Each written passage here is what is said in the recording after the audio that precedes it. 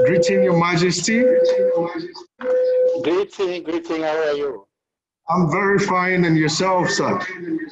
Very good. It's Patrick Mashele, Governor of Embo Kingdom. You're welcome to African Economic Merit Awards, and welcome to the 2020 webinar. And we are glad to host you. And today, which is the 20th, the 16th, I mean, sorry, of 2020, yeah. We will be discussing important issues surrounding Africa as a whole, which is addressing the economic challenges of COVID-19 in rural communities in Africa. So, Your Majesty, there is a disturbing issue that a whole lot of discussion has been surrounding these, and we are actually having this, and we said this is an important discussion we would like to have with you. Firstly, yes, there is a disturbing issue in the African communities, and which this actually states. Okay, pardon me there. The king is still coming. His Majesty King Pungane is coming. Okay, we look forward to hosting him. Yeah, no, I'm a governor of Embo Kingdom. Yeah, so he is still coming. He will be in any time now on the Zoom.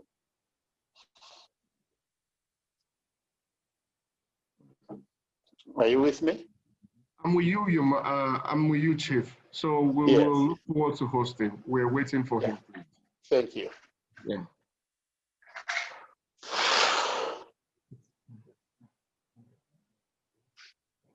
Okay. Hello, Hamza. Hello, Hamza. Hi, I'm here. Good afternoon. Good afternoon. Welcome to African Economic Merit Awards 2020.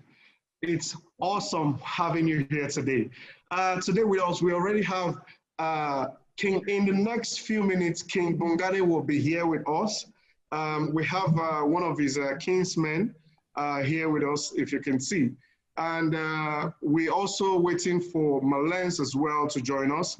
And it's a day that we will actually be discussing the key issues that our country directors have actually gone to different communities to ask questions.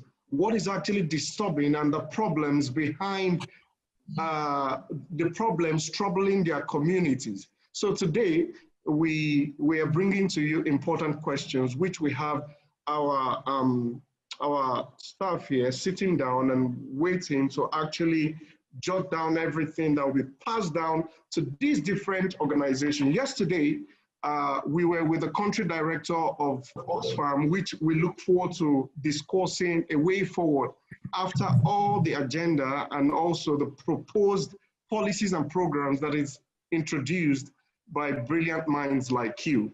So, Hamza, we will have to, in the next few minutes, King Bongane is going to be joining us. We have our Deputy Country Director as well, joining us from South Africa. That's African Economic Merit Awards Deputy Country Director will be joining us in a few minutes. Mallence Bart as well will be joining us in a few minutes. And we also have William Strongway, who will be joining us in a few minutes as well. This is exciting. Thank you for inviting me, and I look forward to a robust conversation. I'll just be on standby and wait for other speakers to join. So I'll be here. Thank you so much for the time. Hello, Tola Kele. Hi, how are you? Good afternoon, I'm very well. Thank you so much for joining this meeting. For today's meeting, we have Hamzat Lawal, who has joined us as well for the meeting. We have one of King Bongane's kinsmen, that's from the Embo Kingdom, who has joined us as well. And in a few minutes, we will be having Mallence as well joining us here for the webinar. In the next few minutes, we will have Mallence as well on here. So just a few minutes, we will be on and we will be discussing and introducing policies and programs for the webinar. And what we want you to do is actually give us introduction of yourself and also to the other panelists. And we would also be asking a series of questions of which we look forward to you to give answers to the problems facing African communities. Okay. I'm Talayeles Kosana, Deputy, as Makeko would have said, Deputy Director of the African Economic Merit Awards. I'm currently really heavily involved in just doing much research together with the department. Sorry, just a moment, Tolakele. Okay. Just give us like a few more minutes. We would actually bring you on back. Yeah. All right. She's here. Hello, good afternoon, Mallence. Good afternoon, how are you? It's evening, my end. Okay, it's actually afternoon here. Today, yeah. I'm to African Economic Merit Awards as already, but we have to just go ahead with the conversation today. I listened to every word you said, so I'm fully aware. I was in from the very beginning of the meeting, actually. You just couldn't see or hear me. Okay, brilliant. So today we already have, I will start from introducing Hamzat Lawal, which I will actually give the floor to Hamzat Lawal to introduce himself. But right now, we have Hamzat Lawal and myself and our Deputy Country Director, Tolakele Kosana. We have one of King Bongani's kingsmen yes. as well. Yes. And we also have Mallence Bart as well, who is here with us. So today we'll be discussing issues facing African communities who are out of touch from the realities of the African economy. Because yesterday, like I said earlier on, I was with the director, that's the country director of Oxfam, and we discussed in depth about this today's discussion. And he has also promised to forward this to the headquarters and also to take actions on the proposed policies and programs that is being introduced today.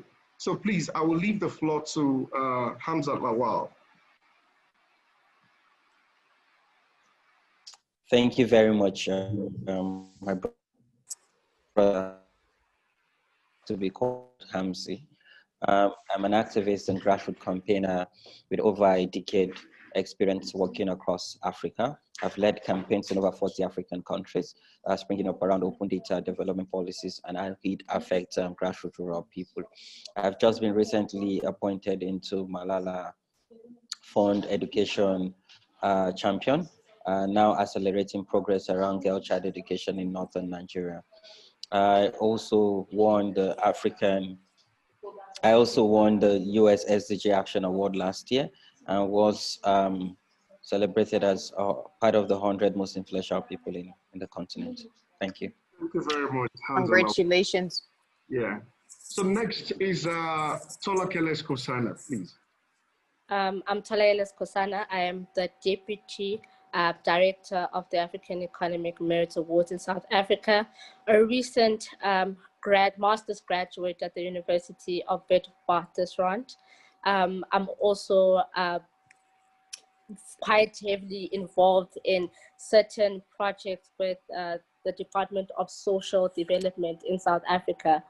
So literally the scope of my work right now is just to do intensive research in society and find ways to help retrace some of the imbalances in society. And I'm heavily involved in youth development, trying by all means to ensure that youth, specifically in townships, well informed about current issues, as well as look into more economic issues within the townships currently.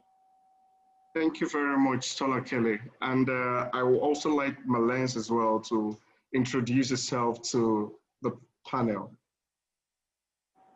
My name is Mallence, and I am a multifaceted social entrepreneur, Africa is my focus. Building bridges between Africa and the rest of the world is what I'm very passionate about, and I've launched various initiatives, predominantly in West Africa, that focus on the development of marginalized groups, the youth, innovation, and I've done this in various forms. One form that astounded many because it has never been done before is by ways of charity, in the form of sharing, which proves that charity as we know it conventionally is not the only way forward, and is probably not the most effective way forward. Thank you very much, Mallence, today. And also, I would like Chief as well to give a quick introduction of himself, and as we await King Bongani to join us, and also our country director in South Africa, which we already have loads of people online who have joined the webinar as well. That's for the other participants who are here to learn and unlearn. Please, Chief. Thank you for having me on your Zoom meeting, Mpumalanga province, and a chairperson of Contralesa Kharsibande region in the Mpumalanga province, and also a governor of Embo Kingdom under His Royal Majesty King Bongani III. Our purpose is to restore the kingdoms which has been dealt with by the colonizers, if I have to put it that way. So that is our mission in this continent as a whole. Thank you. Can you please elaborate on that, if you don't mind, on your mission? Yeah, I don't mind. We noticed that as Africans, we are scattered everywhere in the world, especially our brothers and sisters who were slaverized regions of the world. So yes, our mission is to work towards with other brothers and sisters across the globe to unite, work towards bringing ourselves together and work towards empowering, developing all of that. That is what we are where you are, the audio is very bad. I think you moved to a place where you don't have good connection right now. We can barely hear you. Thank you. We can also hear you this afternoon. So we might have to wait for King Bongani as we move on to the next one. Quick one, Hamzat Lawal. I would quickly like to ask you an important question as well. One of the grassroots people who went down to ask these people about connected development, an organization of which you've been running for a while now, and people are feeling that this organization, if the government can actually apply some of the programs of which you have actually been implementing, there will be a better Africa and there will be development at the grassroots. So you run an NGO called Connected Development, and which is Follow the Money. I would like you to actually give a spirit that your experience at the grassroots in connecting the people and the government is actually a plot, which only if the people benefit immensely from the movement and feel the impact allocated to the funds to the region. How have you been able to hold the government accountable for embezzled funds, which is being allocated for projects? And the people at the grassroots do not have access to the federal body to complain, to contest, and to shout. And how can they be held responsible for their failed and broken community. Like the other day in a community which went viral on social media, an entire community came together to contribute money to actually buy a vehicle so that if any one of them wants to give birth, they can use that vehicle to move them to the hospital in the city. I would like you to shed more light into that. Well, thank you very much. Follow the Money tries to answer where funds are coming from, where they're going to, but most importantly, how judiciously these funds are being utilized, particularly at the grassroots. And I would respond by sharing a quick story. I'll try to be really brief.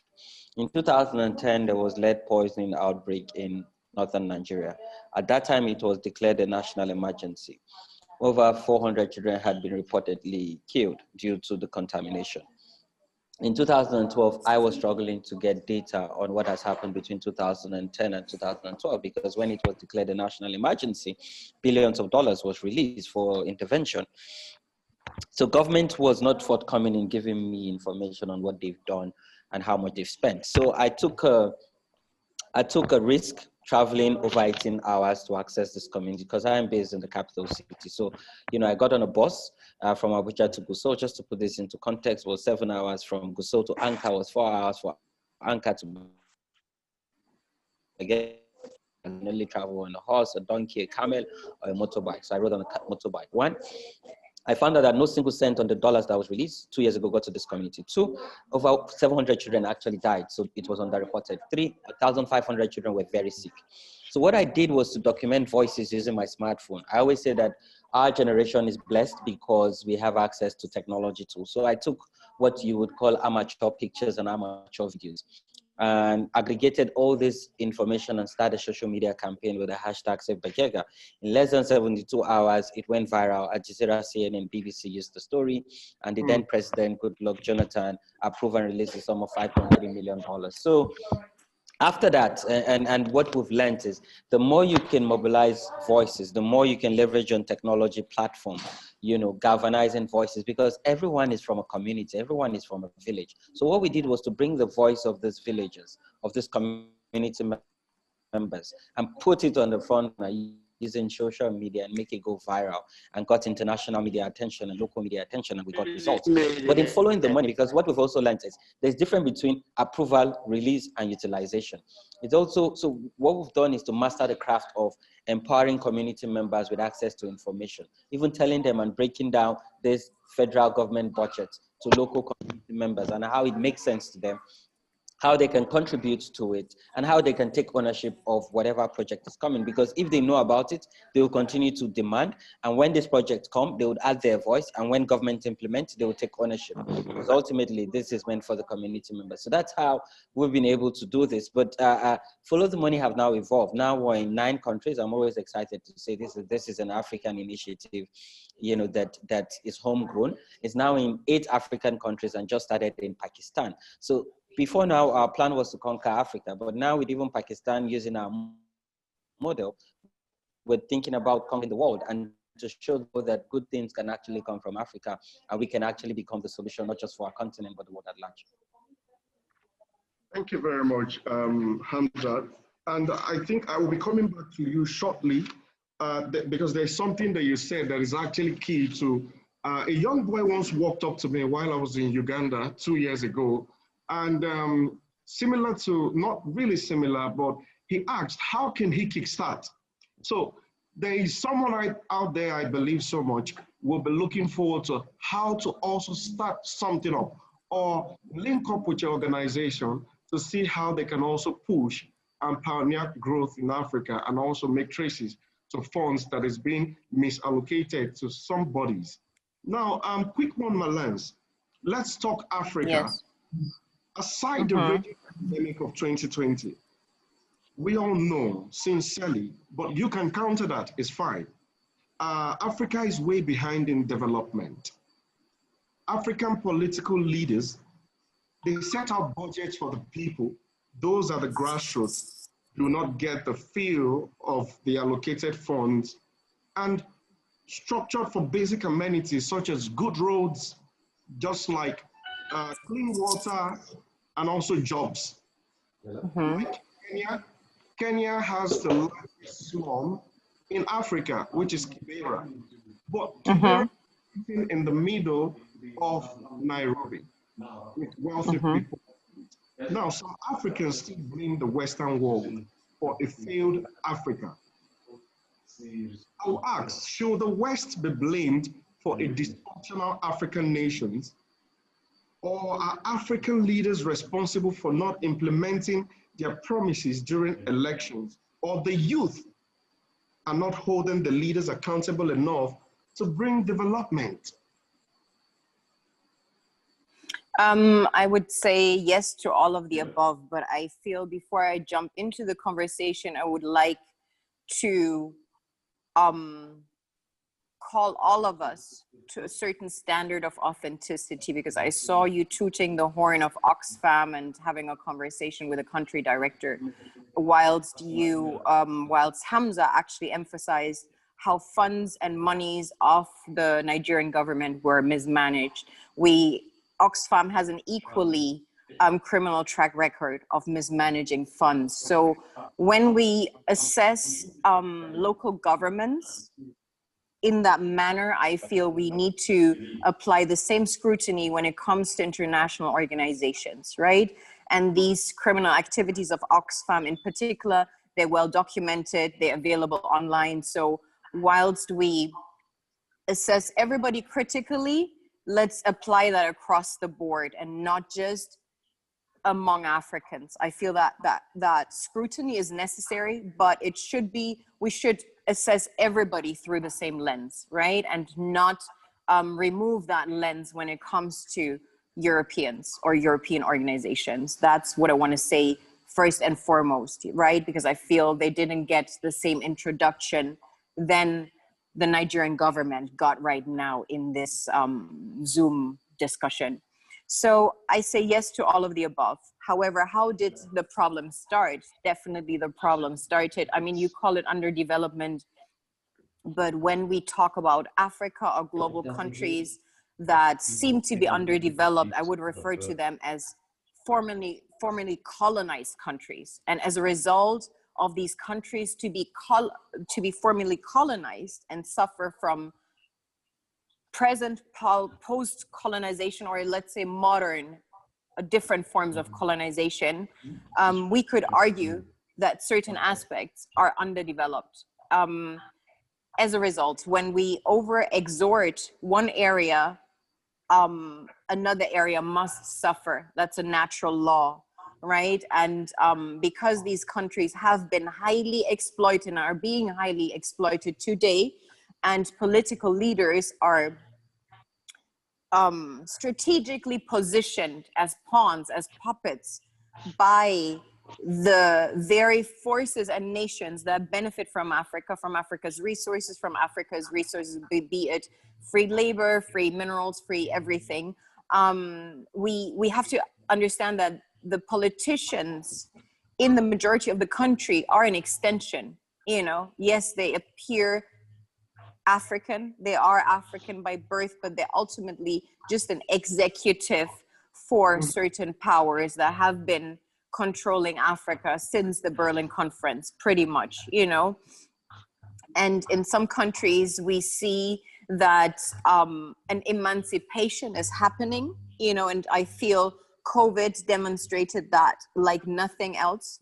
A lot of African leaders came forward and it made headlines, the bribes that they rejected, but how many bribes didn't make the headlines? The bribes that went into the pockets of presidents and leaders didn't make the headlines, So I say yes to all of the above. We do not hold leaders accountable enough.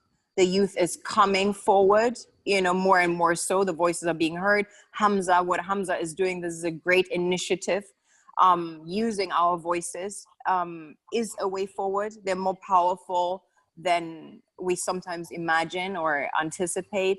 The leaders have to understand that Africa doesn't have a price. They have to also understand that legacy isn't built that way, and ultimately it's every leader's objective to build a legacy.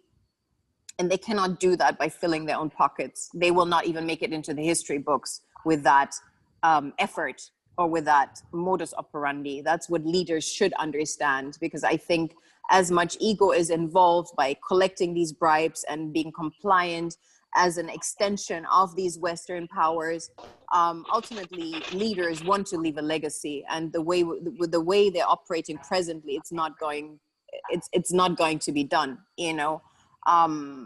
History has never been made by the wealthiest people, but by those that were most impactful, right? We know of a Lumumba, we know of a Sankara, not because they had the biggest bank accounts, but because these leaders were impactful. And that's something that is happening gradually within African mindsets of leaders.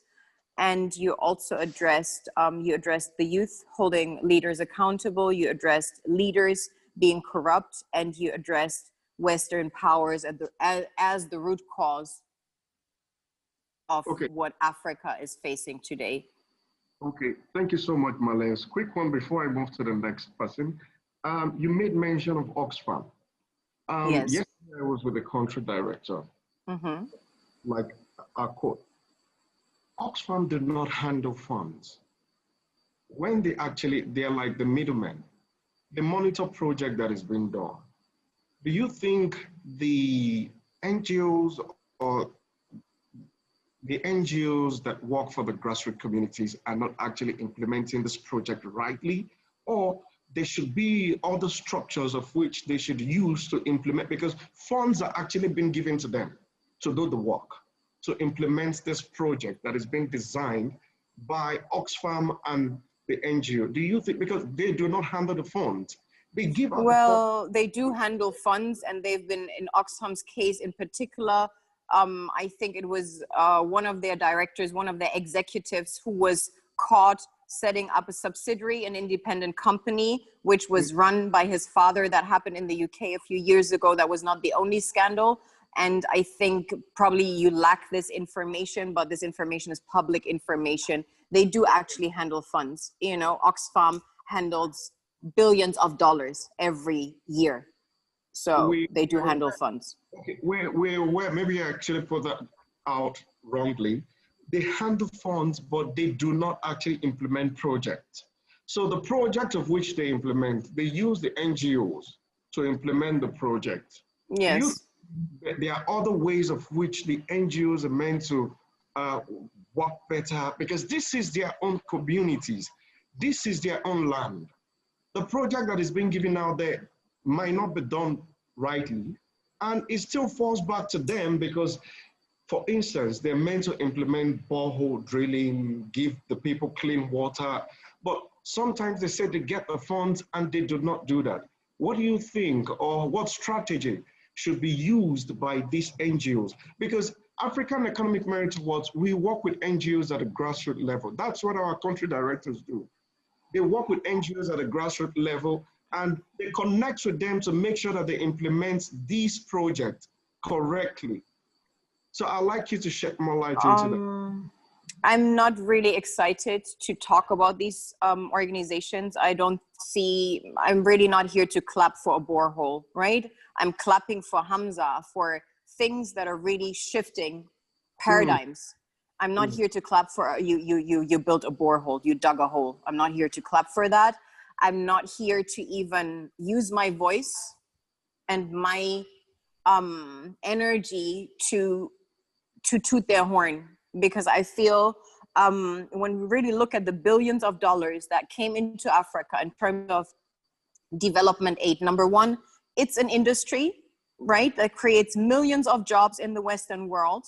And would these NGOs stop operating tomorrow, that would actually have a bigger impact on the British GDP, on the American GDP, on the Canadian GDP, and all these people that are being paid by these dollars collected by these organizations. So in my opinion, conventional charity, conventional NGOs as Oxfam, as UNICEF and whatever, is the biggest scam and the largest marketing campaign on the back of suffering of African people that has not brought tangible benefits. It's not innovative, it's not progressive, it's very, very, very outdated, and just another form of post-colonial methods that ultimately benefits the Western world in terms of dollars more than it actually ever benefited Africa. So I don't consider it effective, and really I don't want to waste my own breath talking about them.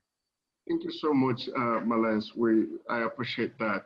And quickly, I would like to go back to Hamzat. Hamzat? Hello, Hamzat. I'm here. I'm here. Oh, thank you very much. Hamzat, there is this, you and I were in West Africa, which is Nigeria. There is this talk going around in Nigeria right now.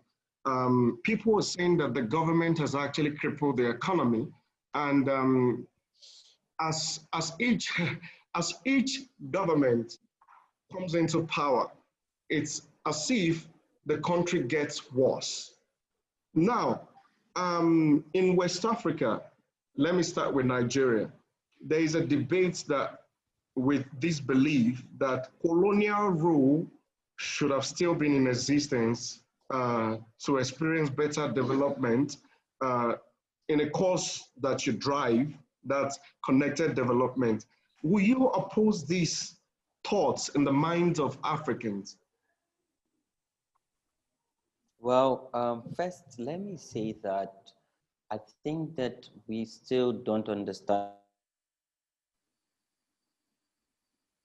And I would also acknowledge the fact that I was once that person in that school of thought that so my thought at that time, or my philosophy was, power is not given, power is taken, and you take power by force, or you take it democratically in a peaceful way via election. But over the years, while I learn and expand my horizon, I've also learned that power is actually created.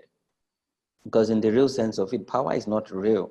You know, it's not something you can see, but power is created, and it's created with people and then shared out amongst these people. So first, let me start with Ecowas. So when you look at Ecowas, which is our regional bloc in West Africa, before I go to the African Union. So when you look at Ecowas, you know, we have Ecowas and we have, you know, the judiciary arm of Ecowas. Do we actually adhere to the rule of law? Look at some of the heads of ECOWAS. How long have they been in power? And then when you look at ECOWAS, how does ECOWAS get funding? Because so when you talk about all this bilateral organization like the EU, like USAID and all this multilateral or bilateral organization, do you know that one of the biggest donor to ECOWAS is actually the EU, for ECOWAS to run her day-to-day activity and run programs and projects. Now let's go to the African Union. And I'm sure some of you might have seen this controversial article about how China is spying on Africa because China was the contractor, or the Chinese firm was the contractor who built, you know, the AU secretariat. You know, when you look at AU and you look at when our heads of state and heads of government sit, what are the major outcomes from some of this sitting? The lives of the ordinary people in various grassroots communities. I think that we shouldn't have even had colonial masters, you know? We shouldn't have, as Africans and countries that were under colonial rule, it shouldn't have happened. Why? Before they came, and if you look at history closely, some of our communities, some of our colonies or territories, like we call it then, were doing very fine. They were into trades, into commerce, and some people have even traveled far and wide. But the colonial rule disrupted a lot of things. And right now, even young people in Africa are fighting an identity crisis, you know? So when you go for meetings, you see there's so many in one form, but for me, definitely not. We should never be colonized, and we should not be recolonized. And I think we need to also understand the dynamics of power, because right now, diplomacy and power struggle. So it's now about technology, it's about artificial intelligence, it's about big data. And they've always seen Africa as a market. So now the dynamics is, what does Africa see herself as?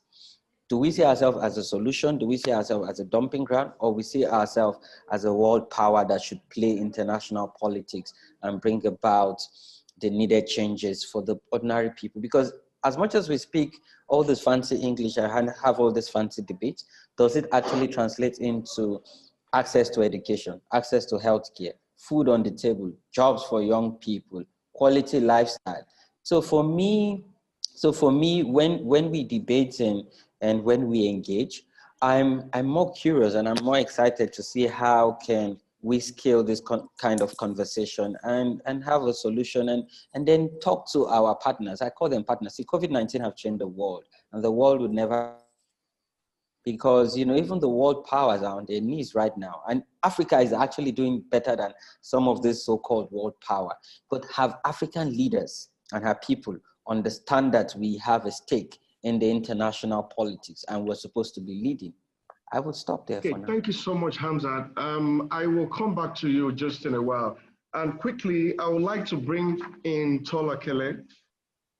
As of last year, it was xenophobia, and this year, COVID-19, which it's actually something disturbing after speaking with a whole lot of people from South Africa. Now, how has the South African government been able to sail through this period of economic crisis to better the lives of those in the rural communities? Okay. So I think, I mean, you make mention of xenophobia and as well as COVID-19. Firstly, obviously, in my take, the two really can't be really addressed as one at this point in time. Xenophobia was another topic of its own, where we would see a discrimination of other foreign nationals based on certain social economic issues that were happening in the country at that time. And I think that also, again, government has failed to come up with strategies in order to push forward with the whole idea of Pan-Africanism and the idea of also educating certain Africans about certain socio-economic issues that were happening at that time and why those issues could not have retaliated in the way that it did. With COVID-19 right now, I think we see, I think there was just really at this point like two burning issues that came up, with just the idea of corruption being in play by just the government people. We've seen in South Africa at least about 500 billion coming into the country as part of like a relief package to ensure that it helps us during this time. But we've seen how government officials have misused these funds. We've seen how, again, politicians who have gone into cahoots with private companies in order to give those companies tenders to ensure that they continue to benefit from this money. And I think it was quite sad to kind of witness, because corruption again happens in a time when the people that are in need actually needed the money, and we've seen how mismanagement of funds have been such a disadvantage to especially rural communities right now. We look at basic things such as education, which has become such a problem in South Africa right now, because with this idea of COVID again, we are adamant in pushing the idea that we are banning social gatherings, and we can't have children in the same classroom, in the classrooms and in schools. But yet again, we see an imbalance between the urban and the rural communities, because then not much money and not much funding that came into the country has been seen to be distributed in rural communities. We have rural learners in rural communities right now complaining that yes, they need to be continue with their education, and they need to learn, and this learning now is taking place online, and which has become quite difficult because government has not been seen making sure that learners in rural communities are getting devices in order to continue with their education. We see that teachers in rural communities are not being trained, and funding is not being given to those initiatives to ensure that such things are eradicated. So I think right now with South Africa at the stand and corruption being at play, yet again, we see that our leaders are failing us in this instance. Thank you so much, Tola Kelly. With what is just said to us, I will quickly push this to Mallence and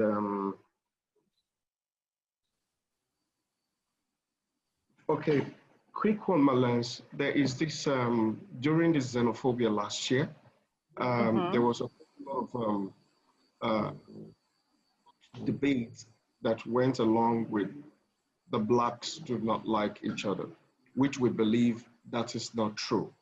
Now, development back to the people at the rural community. The reason why this webinar has been organized is for actions to be taken. And in policies, programs, and ideas that has been introduced is to be submitted to the right bodies. And as an organization, African Economic Merit Awards, is to have our meeting with our country directors to see how we can implement best, which they work hand in hand with NGOs at the grassroots. Now, I will take you back to Sierra Leone. As at Sierra Leone suffers from many environmental problems, which we made research, our in-house team made a whole lot of research about that, including the deforestation, degradation, air pollution, water pollution, and these problems actually hinder Sierra Leone from making progress with regard to economic development. Now, a situation like Sierra Leone, with about 7 million plus population, should have at least a zero hunger level with their resources. Yes. The youth today are the nation's strength. And how can the government be held accountable by the people? And I applaud you for what you are doing with Flourish at the grassroots level there to help people get back on their feet, and also not just getting back on their feet, having their career moving forward and becoming important impactors in the society. Now, how can the government be held accountable? Because a lot of youths in Africa today seem uncertain with the huge resources of which we actually have. Well, you have to understand, in Sierra Leone's case, it came out of a civil war, let's say, 2 decades ago, right? So when you continuously destabilize a country, and when we look at the richest countries in the world, we understand that it's inhabited by the poorest people because they will never access their resources. And as I mentioned, the Berlin Conference, which happened in the late 1800s, made sure that the wealthiest sources on the African continent were rigidly controlled, right? And that has not changed, because wherever you have mines, you have European control, and you have the poorest communities. Whilst all these issues that you mentioned are real issues, it, however, does not impact the economy. The deforestation does not impact the economy. The water pollution does not impact the economy. The air pollution does not impact the economy. It impacts the quality of life of people, certainly, and it impacts the environment negatively. And I believe it is not necessary. But when you understand which companies operate, then these are foreign national companies, right? Whether they operate through local arms or not. But the pollution, the deforestation, like harvesting the resources on a grand scale is not done by artisanal miners or artisanal lumbers that cut some trees. It's done on large scales, right? Especially when it comes to mineral resources. And so because the country came out of a civil war where it was severely destabilized, the president, before the current president, obviously was a very corrupt government where people were just filling their pockets. The present president initially cleaned up a lot, you know, so when you come into a messy house, you first busy with just getting the house in order. And I feel that's what is happening presently to a certain degree. So whilst I agree governments should be held accountable, when you look at the loans that these countries have to bear, where we understand these countries cannot pay off these loans in the next 100 years, you know, then there is so much a government can independently do, you know, without depending on foreign aid. And once it's funded by foreign aid, then it's dictated. The outcome is dictated by the West again. So I feel we are gradually like weaving ourselves out of the chokehold of the snake. Okay. You know, that's really what's happening. Thank you so much, Mallence. I would like to quickly say, because I'm seeing an empty window view here. Please, we have King Bongani here, please. Hello, Prince. Good afternoon from Nigeria, West Africa. There is a question that is actually being placed to King Bongani today, which we believe that you will be able to give an answer to that. Now, during the COVID-19, that's the coronavirus pandemic. Now, there is something that a lot of people actually have been doing, going for the herbs to help them heal. And we would like to ask, because this is actually very important, how has the traditional leaders helped their communities during this trying time? And is there a traditional remedy that's to cure COVID-19, that's coronavirus?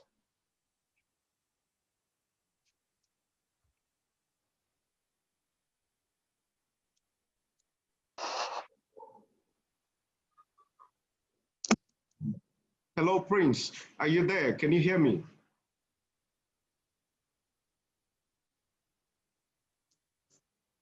I don't know, am I audible? Good afternoon.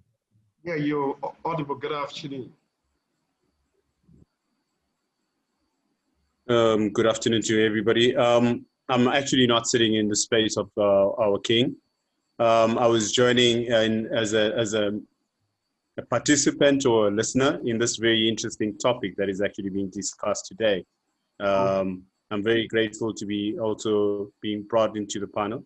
Our governor is here on behalf of our kingdom, and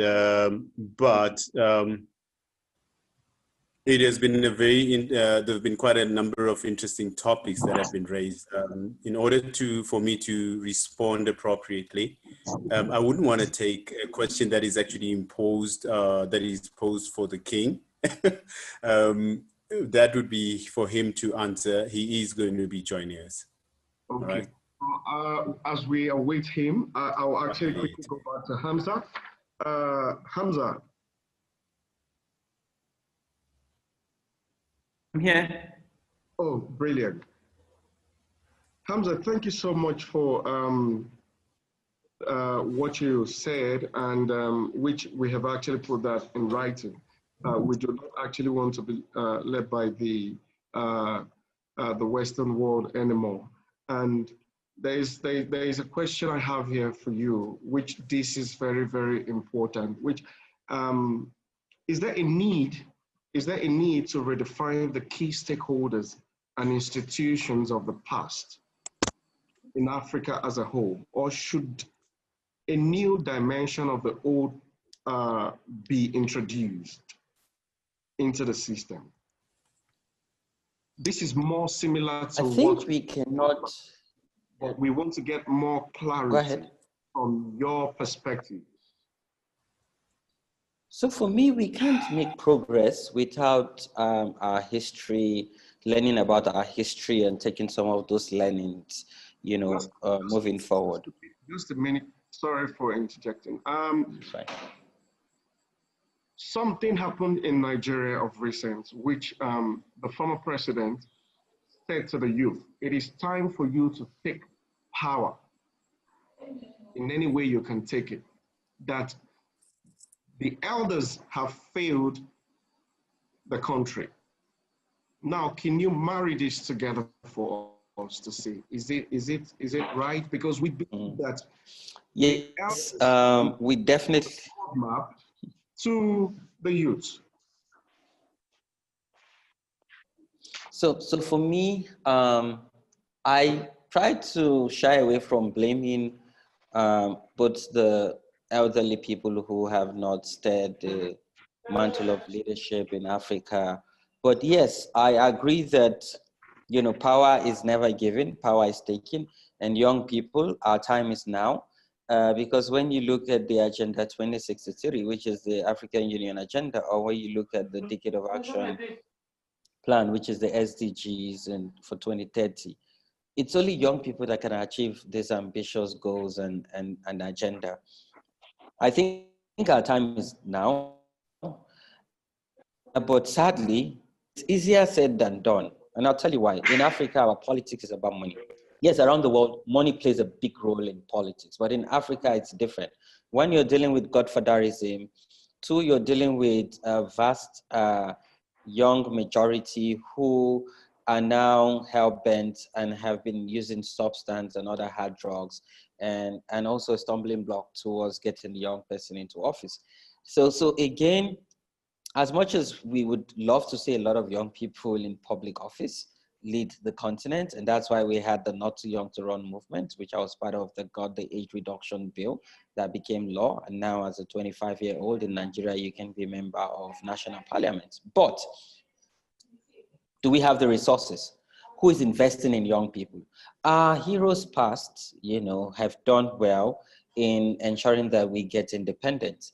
But the people, and when I say there was no plan, there was no transitional leadership plan in Africa. Because, you know, the Awolowas, the Azikiwe, the Ahmadu Bello, you know, some of them before they even got to 30, they were already on the tables making decision on behalf of, you know, their people, you know. But right now, and this also falls back to how much are we investing in education? Because education is key. That is where you groom leaders. But yet, you know, we cannot, when we talk about Africa, in Nigeria, you have over 10 million out of school children. So it's easier said, you know, yes, let's kick out all the older people. But for me, that's not my school of thought. I believe in intergenerational equity. I believe in intergenerational dialogue and justice. So because the older people have knowledge that is you can never find in any book written. They have exposure and experience. The young people have energy, they have numbers, they have ideas, and they want to change the world today. But just imagine if we're able to marry these older intellectuals and the young innovators together, the kind of babies we'll bet in Africa. You know, it will be phenomenal. So for me, it's about having an intergenerational dialogue. And that's why when I saw that, you know, we're going to have the king on this conversation, this is what we should do. Let's have all the leaders and young emerging leaders have conversation, shape this conversation. And you know, there's always something to learn. There's always something to take away. And we need to have selfless people, most importantly. Are we building a generation of selfless individuals that will put the continent before themselves? Okay, thank you so much, Hamza, but I don't want to leave you just like that. There's something that happened in the Nigerian African space as a whole. Of recent, you spoke about who will fund a youth to actually go for the leadership mantle. Something happened of recent, which actually blew the minds of loads of people. There is an entertainment show that is going on right now, and in a short period of time, in 2 days or 3 days or so, over $22,000 was raised from the GoFundMe stuff for one of the disqualified participants in the show. Do you think it's an irresponsible act by the youth to actually do that? Because when it comes to politics, economy, agriculture, you wouldn't even be able to raise up to $1,000 by the youth. So are the youth not ready for leadership? Are they being lazy, or are they being distracted What would you have to say about this? The young people, of course, no doubt, they're ready for leadership. Why is Bibi Nanja being accepted and embraced? One, it is participatory. And this is what democracy is supposed to be about. It's supposed to be inclusive. It's supposed to be participatory. It's supposed to not discriminate against any gender or class. So Bibi Nanja is gaining wave because it is transparent, it is participatory, and you see people idolize others just from watching them. Who do we idolize in Africa just from watching them lead the continent? You know, all the men, and this is where we got it wrong. The face of leadership in Africa are the faces of men. I know some people will not feel comfortable with this, but can we start having the faces of leadership as women?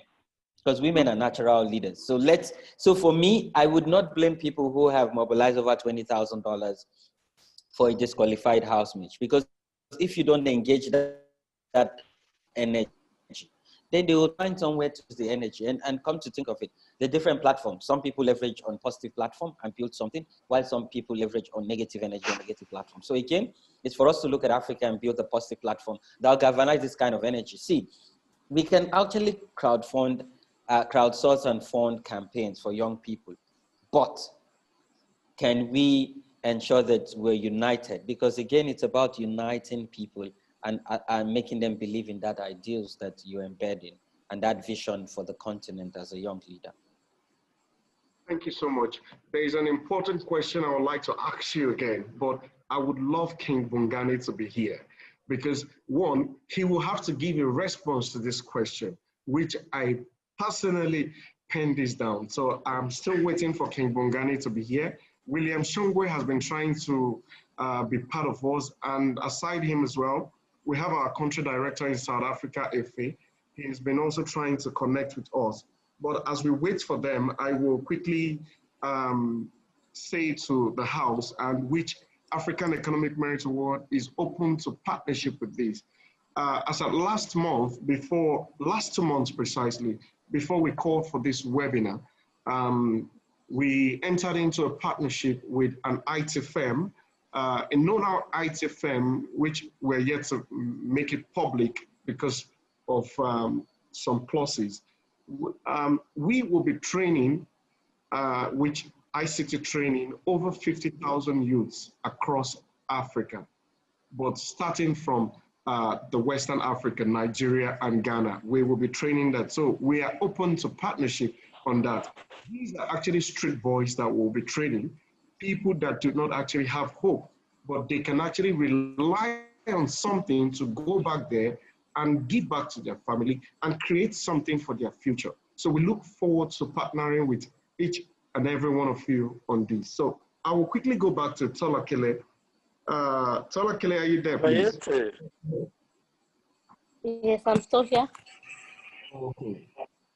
Okay, Tola, quickly, I would like to ask you, what do you think should be the basic foundations for development of the new methodology and practical application for those in rural communities with no education? Because we know there are a lot of people in South Africa, a lot of blacks precisely. I have been to South Africa loads of times, and I see there is a refusal of people actually going back to school, pursuing their education to the highest height. And what do you think? What should be the basic foundations for development of the new methodology and practical application for those in rural communities with no education? Firstly, I really don't think there's much of a resistance in South Africa with people wanting to go back to school. I think we've had much of a battle in terms of our education system and how things are meant to go in that sector. So, for instance, in South Africa right now, we still battle with young people not being able to still fund like their further education. And I mean, a reference to this will still go back to the Fees Must Fall movement. That was like a student-led protest movement that began in October 2015 up until now, where students still fight to just being able to get access to education, being able to afford tertiary education. So I don't think it's much as people being resistant to it, but I think it's just the idea that our government itself has not really given itself time and also allocated enough funding so that young people are able to go to school. We've got a NSFAS, which is headed by government, which is meant to fund young people to continue to further their studies. But yet still again, we find that funds are mismanaged all the time.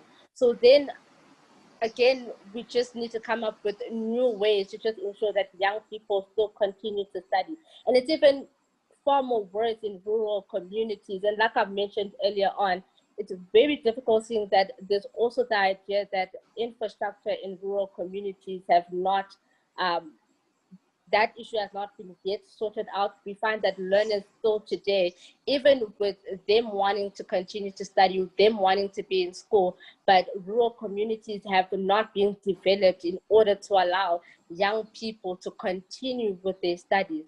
I think much injustice right now has been done to rural communities because especially at this time, when we've seen that young people in rural areas aren't able to engage in what I've mentioned earlier in online learning. So now we've seen a whole lot of imbalances in that instances where now as the government now needs to look into ways in which they can engage young people to go back to schools. And with going back to school, government needs to ensure that they are fixing some of those problems within the rural areas. Okay, thank you so much, Kelly.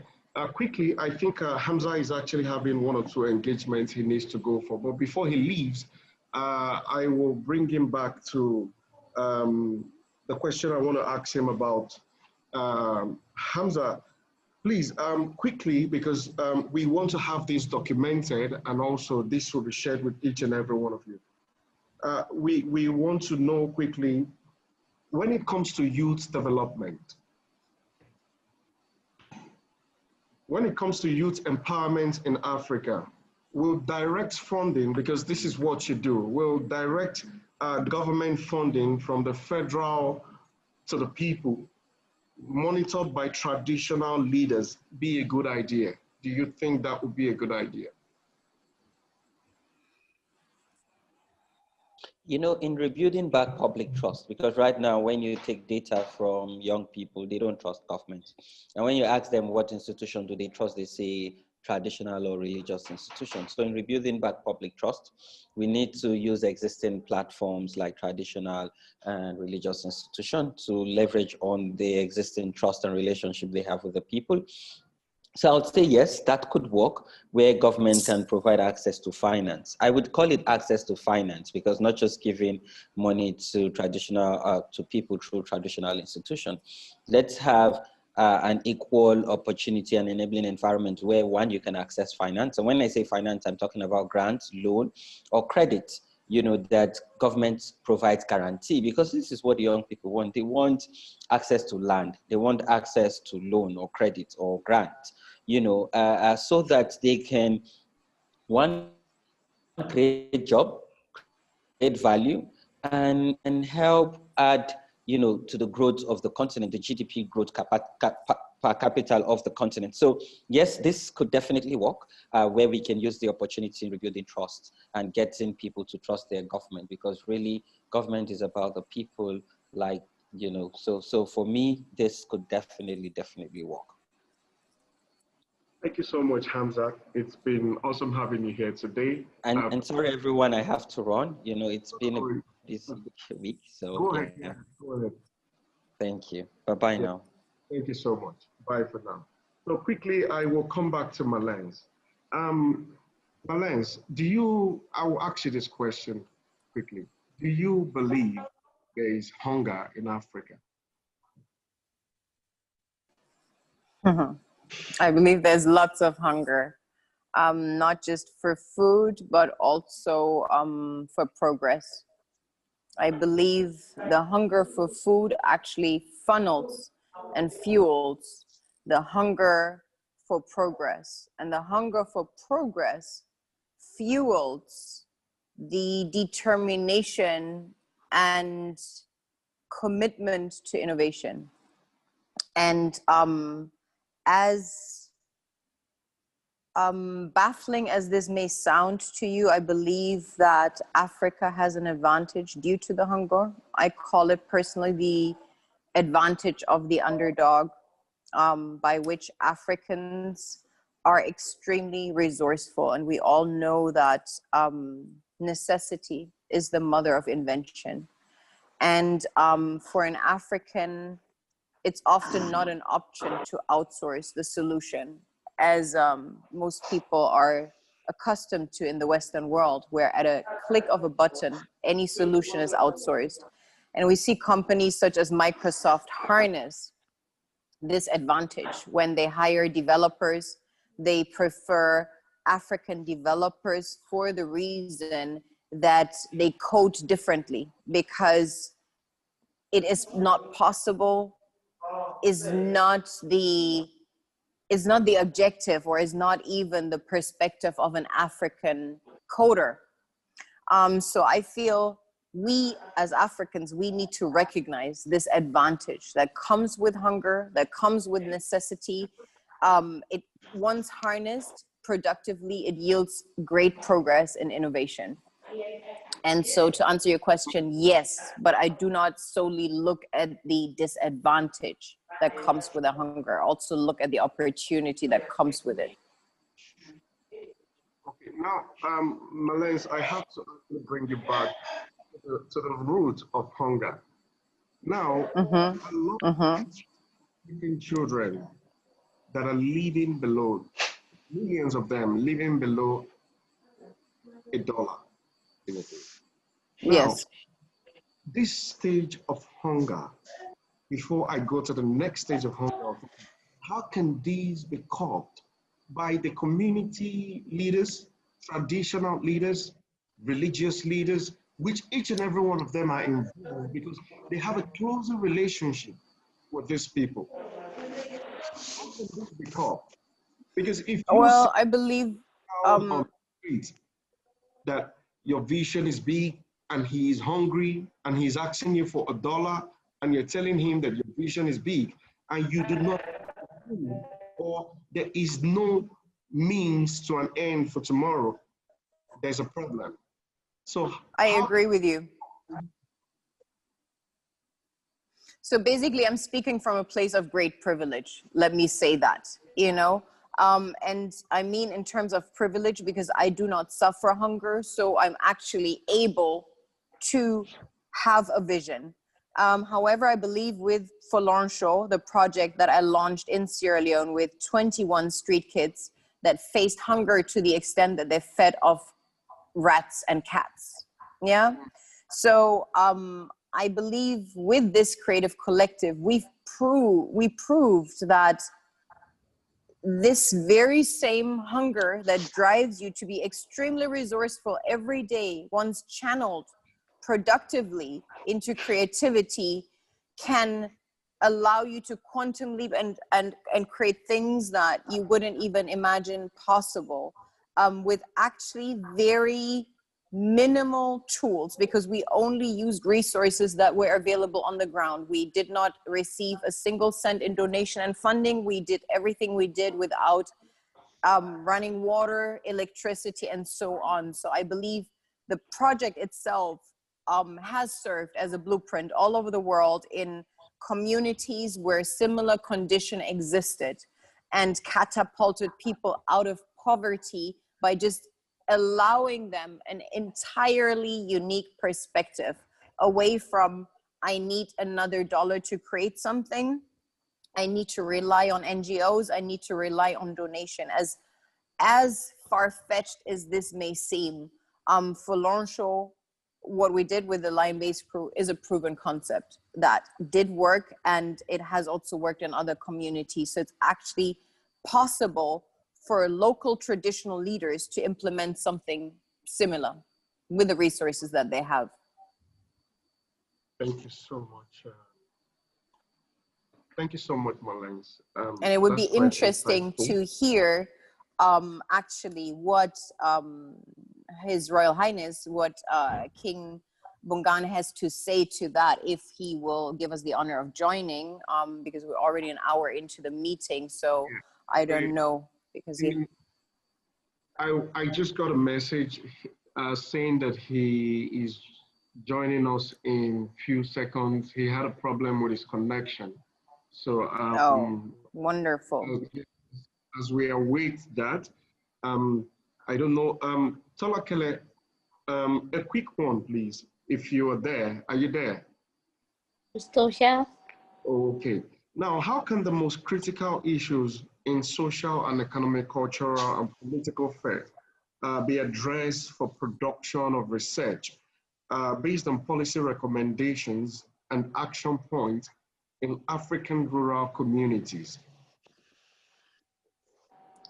I think with that question, then I think just to reframe the question, I guess then we're looking at the role of policy-led research in addressing the issues that you just mentioned now.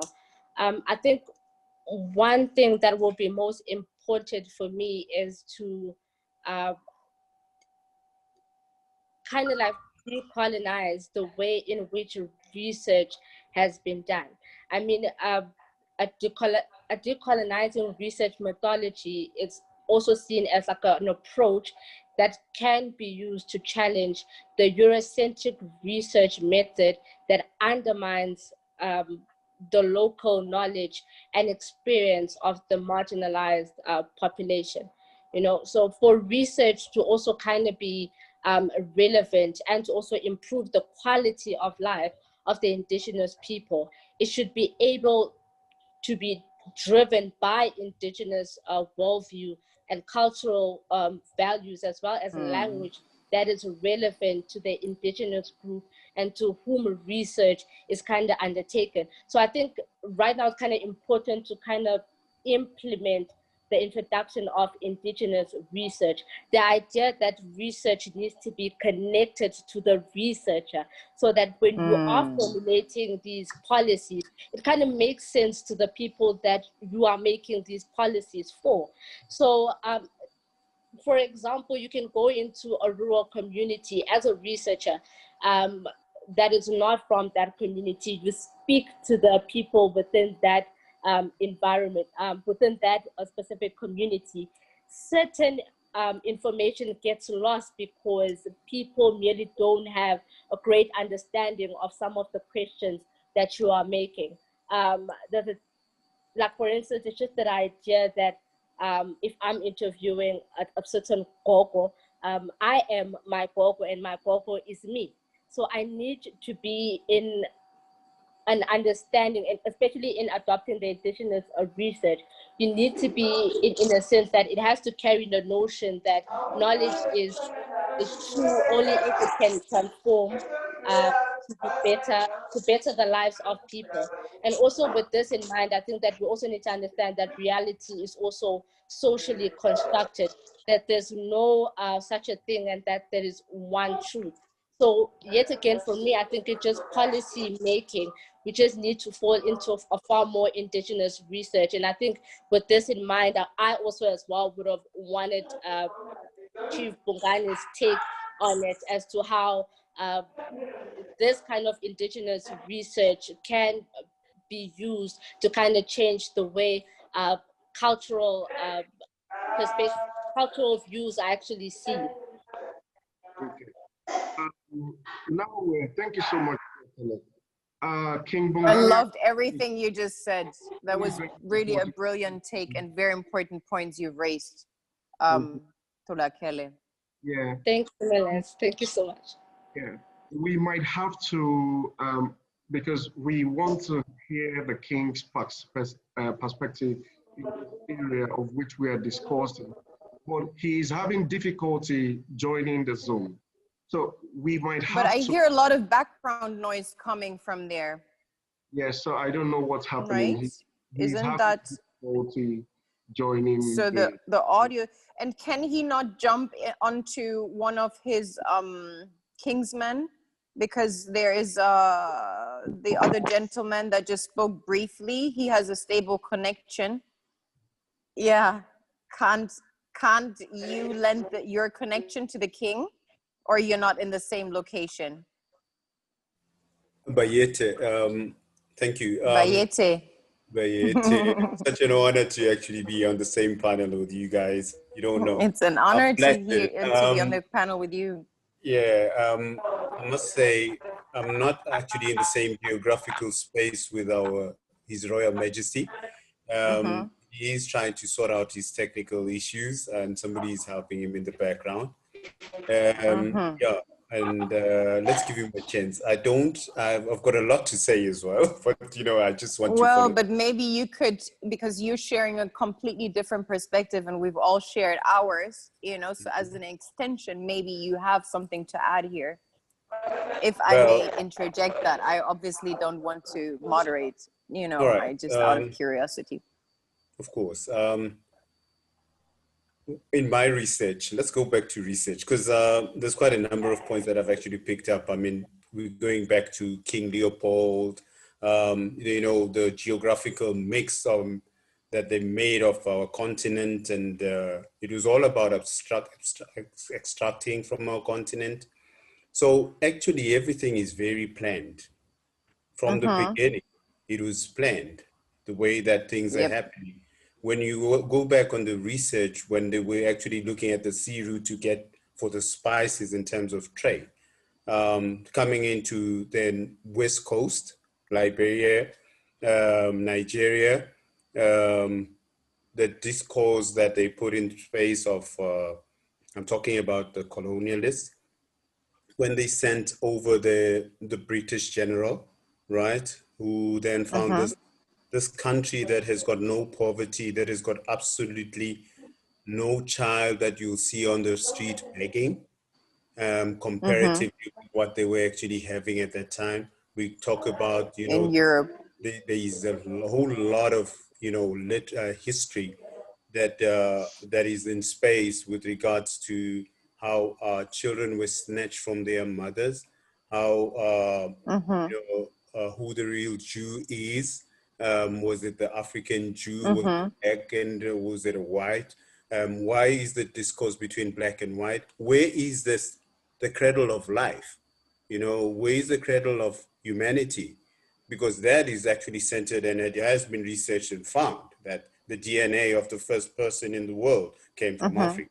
So we are talking about the unity of Africans, whether in their diaspora or whether in Africa. We're talking about the re-education of the African, especially decolonizing the thinking and the way that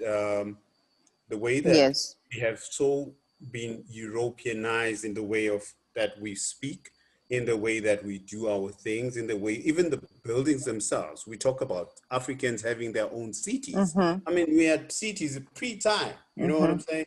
So what is happening now is that we are being channeled to think of ourselves as inferior at every given time.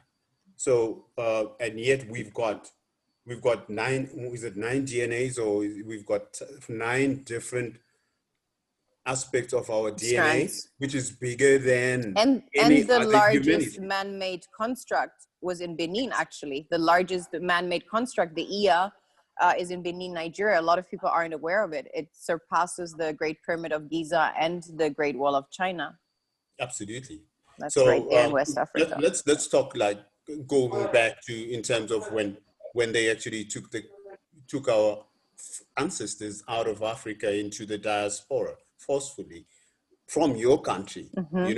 Your country, they built the biggest haven of putting our forced kids or our ancestors now, because they're not our kids, we're generations from them, and they sent them around Liberia, right? And then they exported them and forcefully moved them into various parts of the west of the Atlantic, all right?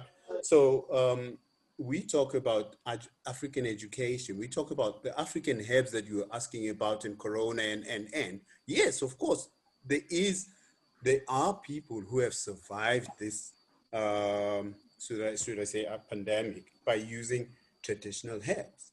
Plandemic. Yeah, we could talk.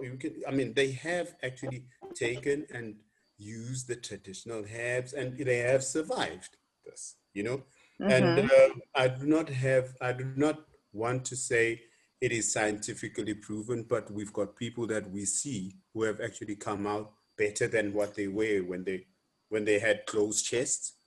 We don't know why it's called coronavirus, but it's all got to do with but it's just an immune deficiency, and the president of Tanzania has only solved it naturally. He didn't close anything, so it is actually a proof. It's an empirical evidence that's like an entire nation.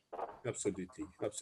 I'm really taken away by this whole topic that is being discussed. Let's talk about our economy. I read in depth a particular book that was by Mbisa Moyo. I'm sure you're very much aware of her. I have a quick question. So are these the conversations you're having in the kingdom, like in regards to re-education? Like, are you assessing curriculums? Are these conversations that you're having, that you raised, are these being translated into the curriculums in the schools? Because I think that's where it all begins, you know, in the mind, as you said. Yeah, well, this is our strategic intent, where we need to get to, right? So the first and foremost important thing that we have to realize as Africans is that there is a lot of blood that has been shed in our continent, from our continent, from our own African brothers and sisters and our ancestors.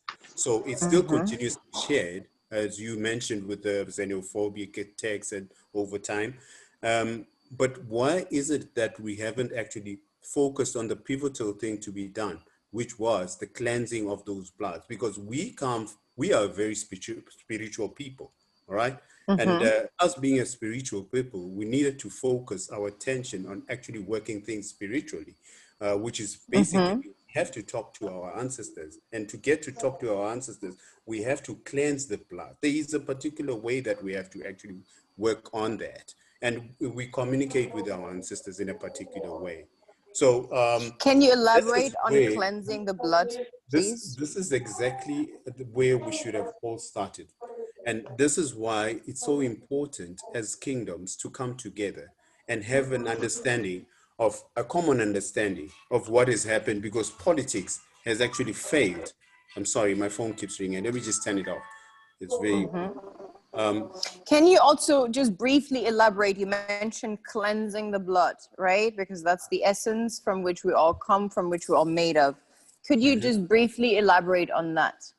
Okay. Please. So I would prefer that the king actually elaborates on that, but I will touch on what I understand in terms of the cleansing ceremony, when we have to have a cleansing ceremony as king, all right? Ancestrally, a particular ritual that has to be carried, all right? That is carried by the higher most in that particular, let's say, community, all right? And somebody who has a very good connection spiritually with the ancestors, right, has to live that, whether it would be the chief of the community with a traditional healer or leader, or it could be maybe a king, right, or queen. It doesn't really matter. But that ceremony has to be recognized by the community as a whole, because the community, for us to come together, we have to realize our culture. And our cultures define who we are and where we come from. And that is where they actually cracked the human being, the human kind of Africa, right? Our unity and our strength was in our culture. And that defined us, and that defines where we come from. And our kids, not knowing this, because they have to now look at a different type of education system, which takes them into a Eurocentric kind of thinking. and forgetting about our own cultures, you've totally lost them. You know what I'm saying? So this is where I see that we have to start off at as human beings, and then especially as Africans, so that we can be able to bring our communities together, and then our communities can be able to grow thereafter. Thank you. Sorry, my daughter is... In your kingdom, sorry, I just have a question. Okay, In your go ahead, kingdom, please, who dictates the curriculums? Because I've been to the Bafokeng Kingdom, and I know the king there builds schools that are rather progressive. I'm not fully aware of the details of the curriculum, but what I understood was focused on traditional values. So in your kingdom, do you impact the curriculums in the schools directly, or is that organized on a more, is that decentralized? Well, as I said, our kingdom is a new kingdom, Embo Kingdom, all right? But what is Embo Kingdom about? It is about the unity of all kingdoms in Africa, right? It is about the cradle of humankind, or the cradle of an African soul, right? So in terms of the question that you just referred to, when we write our policies and our, especially when it comes to education, right, we have to have a link of what was actually, how were things done pre our times, and try and map that with regards to nurturing, giving a child the space to think out, things out, instead of actually forcing information down to a child. Because that way of doing things where a child, you miss a point, you miss a big lifespan, because the child, instead of actually being able to develop their talent, which is God-given, then nobody can take away, forgets that and puts that aside and focuses on, oh, by the way, I have to do mathematics and I must pass maths, or I have to do algebra and things like that. And that is not their space. The child is given, God-given artist. What you need to be focusing on is in terms of how they paint and their sculptures and things like that, and develop that talent. So this is what I can put in a nutshell in terms of where we need to drive to, so that our children can be able to develop further. Okay. Okay. Is there clarity, Mallence, or would you like to say one or two things regarding what he just spoke about? No, I'm just enjoying the conversation. I'm sorry, okay, I didn't want to hijack. I'll have to go into this conversation, Mallence, quickly. Publicly, you have actually been into the African way of using the African herbs and believing there is, if I am correct, superpowers, African superpowers that can actually heal you from some diseases. Do you think Africa as a whole should heed to the herb treatment that's using the herbs? 100%. I don't believe, I know so. Of course, absolutely. I know that African herbs have superpowers. Yeah. I actively host ceremonies of traditional African plant ceremonies on African soil. I built an entire sanctuary in order for these very ancient traditional methods to take place on this sacred holy land right in front of the temple of Osiris, actually, in ancient Kemet, Egypt, with ceremonial healers from West Africa, from the Bwiti tribe, who are presently custodians of this ancient wisdom technology that migrated from ancient Kemet, Egypt today, as we call it, to West Africa via the Pygmies. And we see the plants painted on the murals of ancient temples that are a few thousand years old. And this is today depicted in the museums in Berlin, right? So these plants and these ceremonies, this wisdom has been maintained and preserved in the jungles, preserved from the colonizers, preserved from the invasion. So that wisdom and tradition is still available, you know, and I'm just talking about one particular plant ceremonies. but there are hundreds, if not thousands, you know, that are undocumented, and just oral tradition preserved it, you know. And we have gatekeepers of all this knowledge. Yes, 100%. I've not taken Western medication for probably 2 decades. I refuse to put such inferior vibration into my body, you know, because as a melanated person, I contain the God molecule. Why would I compromise that? Wow. Applaudable. Congratulations on that. Applaudable. And I hope a lot of Africans as well will look into this and start this process as well. But it's been difficult for King Bongani to join us today. William Shungwe has actually been calling on WhatsApp that he can't join. And the country director in South Africa as well has been trying to join. I don't know why, but I will quickly go, but there's a question I asked Hamza, which he gave a brief detail about that. I would like to ask Mallence about this, which in Africa as a whole, which I said there is a debate about people feel that colonial rule brought a lot of development in Africa. Do you think, because you have actually been pursuing African independence, do you think the people are right? Because the African leaders get loads of funding. Mm-hmm. These funds are being embezzled. Yeah, but their minds are underdeveloped. Now you give a lot of funds to an underdeveloped mind. Nothing will, you know, this is basically planting a seed on concrete.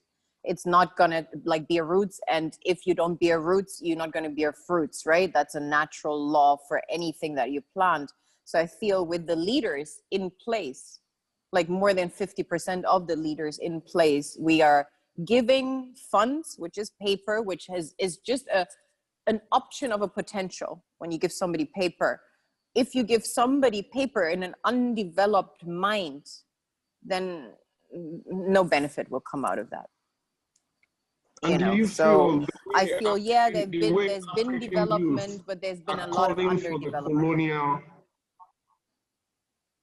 The way the African youth are calling, and hopefully, not hopefully though, in future, they say if there should be a colonial rule, they will welcome that in Africa. What do you have to say to them? To change their perspective? No. That's just ludicrousy. I feel we need to, obviously, and I really would have loved to hear the King's take on it, because I would say my mantra is, without roots, there is no crown, right? And that's a universal law. You can't deny nor defy that.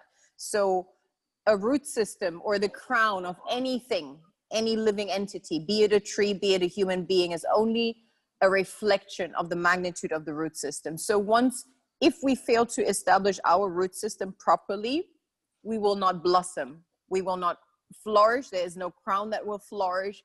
And as a result, no fruits will be born out of it, right? So as long as we do not reconnect, and also what the country leader was mentioning before, decolonizing the mind when it comes to research, when it comes to education, when it comes to medication, when it comes to healing, when it comes to everything, is necessary in order for Africa to grow, because you can't now expect an orchid to bear apples. It's not going to happen, right? And for the longest time, we've tried to force the orchid to bear apples, because the apple tree thought that that was conducive for the orchid, right? And when we look at this perspective, then we will perceive everything as supportive and as development and so on. But actually, if we would give the orchid the right foundation, the orchid would bear flowers, right? That are just equally divine. And as Africans, we need to come back to our nature, because only if we come back to our nature, we will be able to develop our full potential. If we just follow suit and try to imitate something else, we will forever just be a shadow, right? Trying to cast a shadow in somebody else's light. And that will never that will never even match the greatness of the legacy that our ancestors left behind. And leaders need to understand, they need to shift their mindset from right now, me, to we, to legacy, right? And unfortunately, that's what I mean by underdeveloped mind. Not every leader is there yet, you know, but with time to come, we will have leaders that will actually be, they have the mindset of actual legends, you know, because a legend naturally leaves a legacy, and the legacy will be the focus of a legend naturally. And that's not monetary, but that is really implementing paradigm shifts, thinking forward. You know, we will have Sankaras, we will have Nkrumahs, we will have Lumumbas.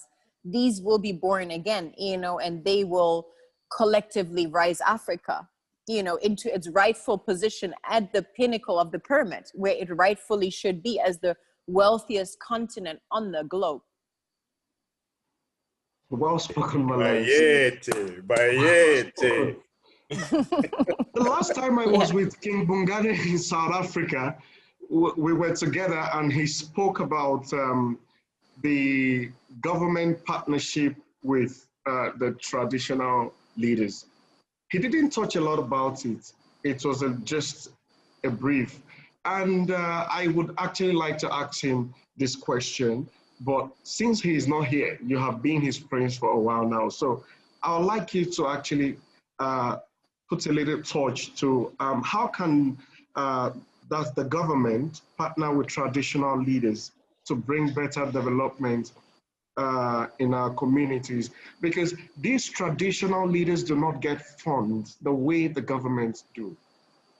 How can they partner? How can the government partner with these traditional leaders?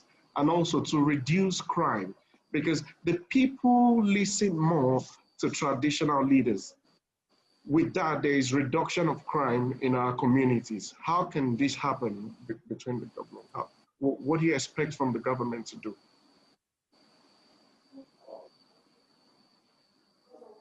Well, what the Embo Kingdom has done.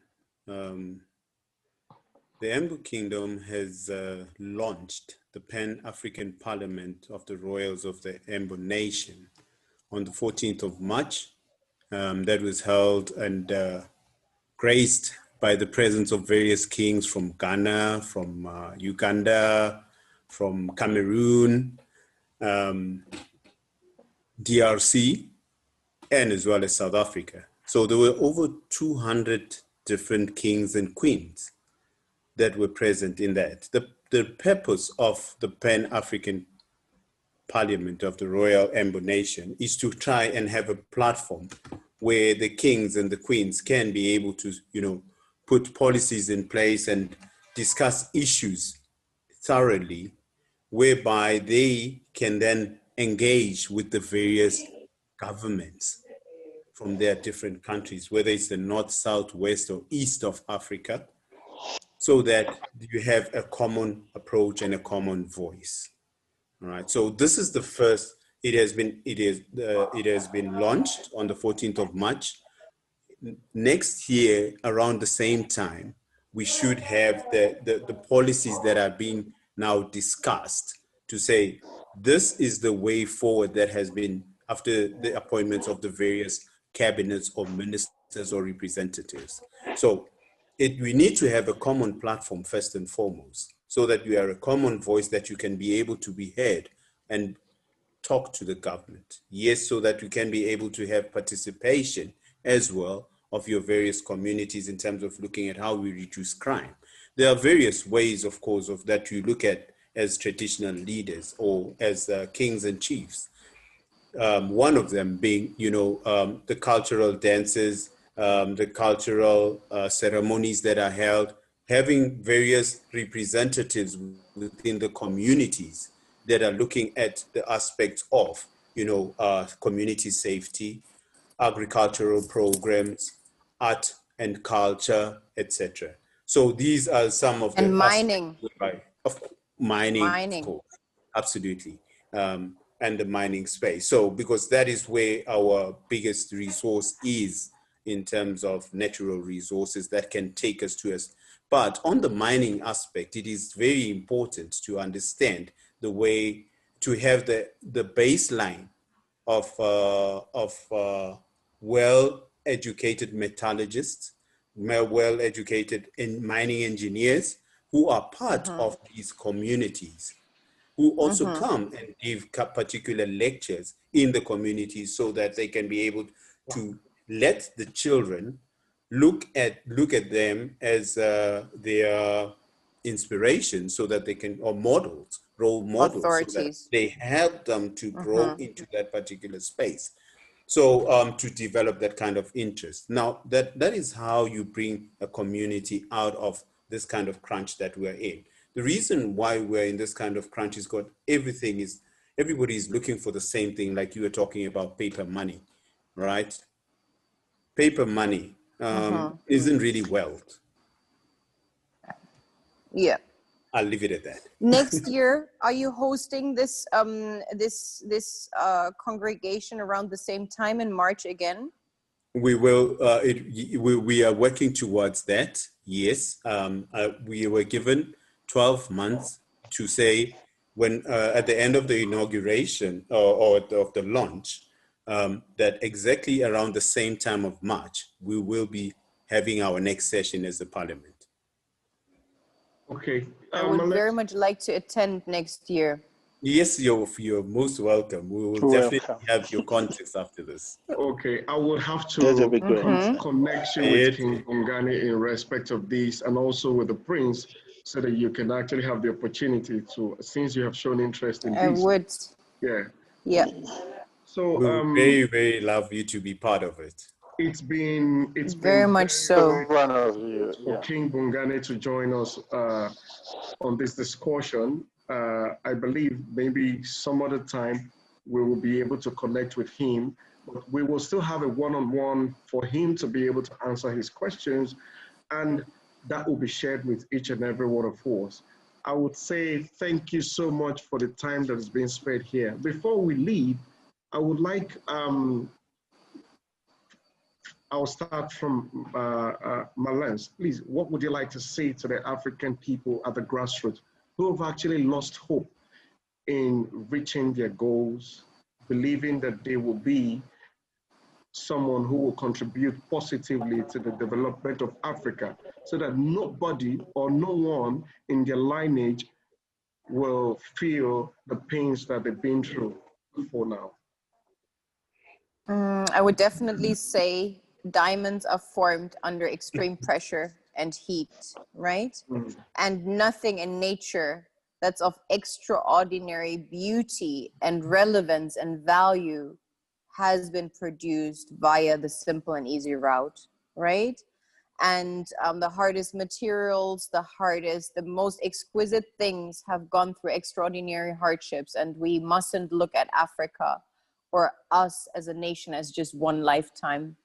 The first will be the last, and the last will be the first. Whilst I'm not an Abrahamic religious person, I'm quoting here the Bible in order for young people not to give up hope, because there are cycles in this cosmos, in this universe, and everything underlies the principles and the laws of nature. And Africa will be reinstated in its rightful position. Thank you very much, Mallence. And Prince as well, I would like you to say something to the common man out there who is looking forward to a better Africa. Thank you so much. I'm very, very humbled, first and foremost, to be part of this such a broad discussion and very interesting panel. I would like to call again for all our Africans in the diaspora. It doesn't really matter where you are, to come together, to reunite, you know, and get in touch with us via the Embo Kingdom. We are there via your various kingdoms in Ghana, it can be in Nigeria. How can they get in touch? How can they get in touch? How can they get in touch? Maybe you can leave a contact or something for them. Or a website. All right. Yeah. And also, regardless of what reference they use today to identify themselves, because whether they call themselves Guadeloupans or African Americans or Jamaicans or whatever, they have to understand they're all being called home, to make that connection, to be a block in building that bridge. We need the bridge that needs to be built is Africa. It isn't a bridge. It is actually the Garden of Eden. All right. So we need to bring this Garden of Eden to realization, because it's got so much that needs to be harnessed.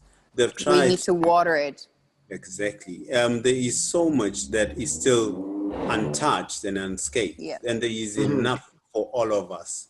There is enough for all of us in this continent. So let us try as hard and as much as we can to avoid trying to be white or trying to be foreign to our own continent, to our own, our own people.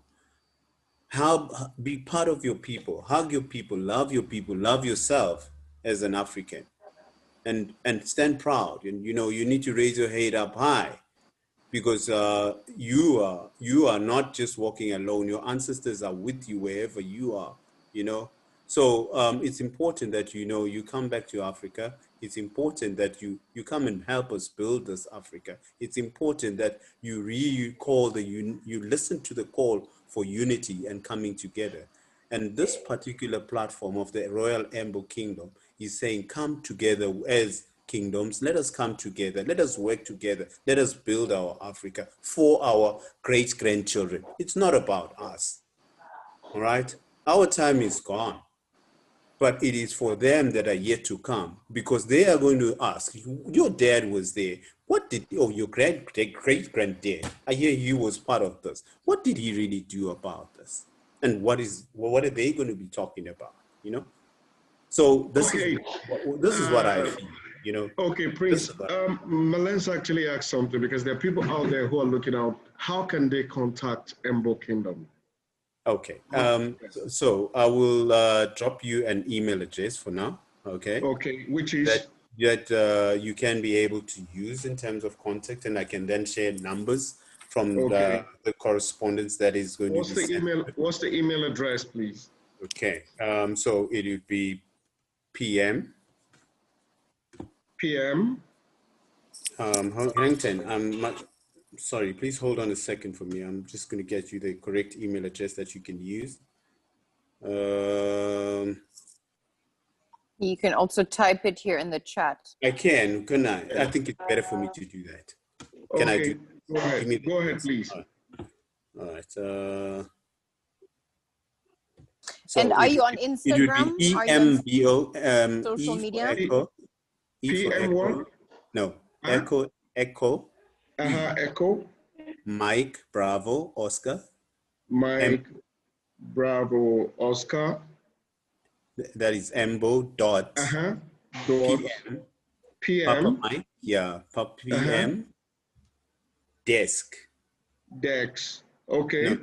D Delta Echo Sierra Kilo. DESK. Yes. Yeah. Desk at gmail.com.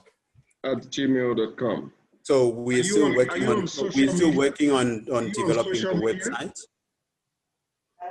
We're still working on developing the website, and we will be able to give those details. Okay, thank you so much.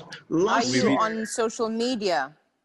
Yes, I is Embo Kingdom on social media? No, not as a kingdom yet. We're still busy developing. What is your personal social media? What's your Instagram? Prince, what's your social personal Instagram or something, so that people can actually connect with you? Okay. Yeah. So I'll give you a number. All right. Then we can be able to link you up on the WhatsApp group with the various kingdoms that we have. All right. Is that good enough? Or can I share that? Yeah. I think, sorry, Mallence, I think sharing your number on this platform won't be good enough. Yeah, that's what no. What's your Instagram? I'm not on Instagram at all. It's only on WhatsApp. Oh, you're not? No, Oh, quickly back to Mallence. Last year we had we're looking forward to presenting this. This is our plaque. That's yes. African woman. Mallence was nominated to this, but unfortunately, this is actually made with marble, and this was made in Nigeria. This is actually pure bronze. This is pure bronze, and this is marble. This is actually African woman, and this symbolizes how the African economy started by the African women. They go to the farm, their husband farming. After farming, they take the goods to the marketplace and sell to the people. So they started the trade business first in Africa. So the African Economic Merit Awards plaque, we look forward to presenting it to you, Mallence, in the future, by God's grace. Oh, I'm so honored. Thank you so much. This means a lot coming from you. This has actually come to an end. By God's grace, there will be a put together of everything that has been contributed by each and every one of you and forwarded to you. Thank you so much for joining us here. And we look Thank you for having me. Thank you for having us here as well. So do have a wonderful day. And each and every of our participants, thank you so much. And we would look forward for you to share your thoughts via our email, Instagram, LinkedIn, Facebook, and other platforms. Do have a wonderful day ahead. Beautiful. Bye-bye. Thank you. Bye, Yeti.